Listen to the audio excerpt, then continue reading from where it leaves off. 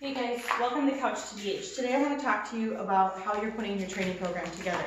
And so when you're putting your training program together, there are different ways to get to the same result. So I've showed you so far how to do some of what we call luring, where you move the dog into the position, help the dog into the position. Now the other thing you can do is that you can shape. And so shaping is basically, yes, you're going to make the dog think that it was their idea. And so I tend to use shaping a lot for, yes, engagement work. So I'm not convincing the puppy to come to me, yes. I'm not asking her to do anything. If she throws behaviors, that's great because I don't care what she's doing as long as she's engaged. Now, shaping can also be used for like your dumbbells or your articles if you're going to do IPO, yes. You can use them for behaviors as well. You just have to kind of know what you're looking for.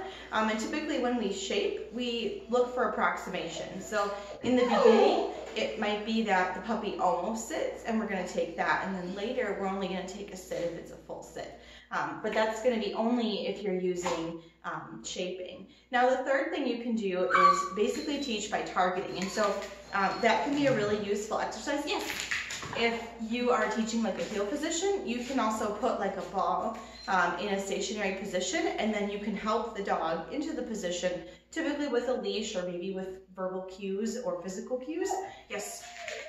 And so that's another way that you can teach your dog. Now each of those methods require you, yes, to fade. And so what I mean by fade is like in the beginning, when I want my dog to sit, I'm going to say, sit, yes.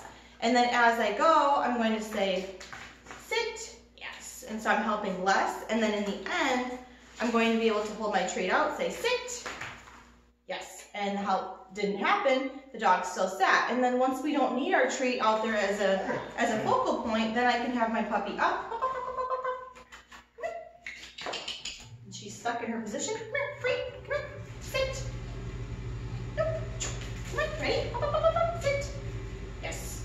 So she still needs a little bit of help. But that's kind of what your idea is going to be. And you're going to be doing that with all of your different exercises. So whether it's your sit, your down, your stand, you're always going to be working on fading that lure. Now, the one thing you're going to notice, yes, is that I try to always show the puppy the end picture. So even if I am helping her, so in this case, I might be helping her into the stand straight. I'm going to stand up and try straight to show her the end picture, yes. And then I'm going to reward her and be able to move then. And same thing with our heel position. So if we are good, moving her into the heel, then I'm going to show her the end picture as close as I can get, yes, before I allow her to get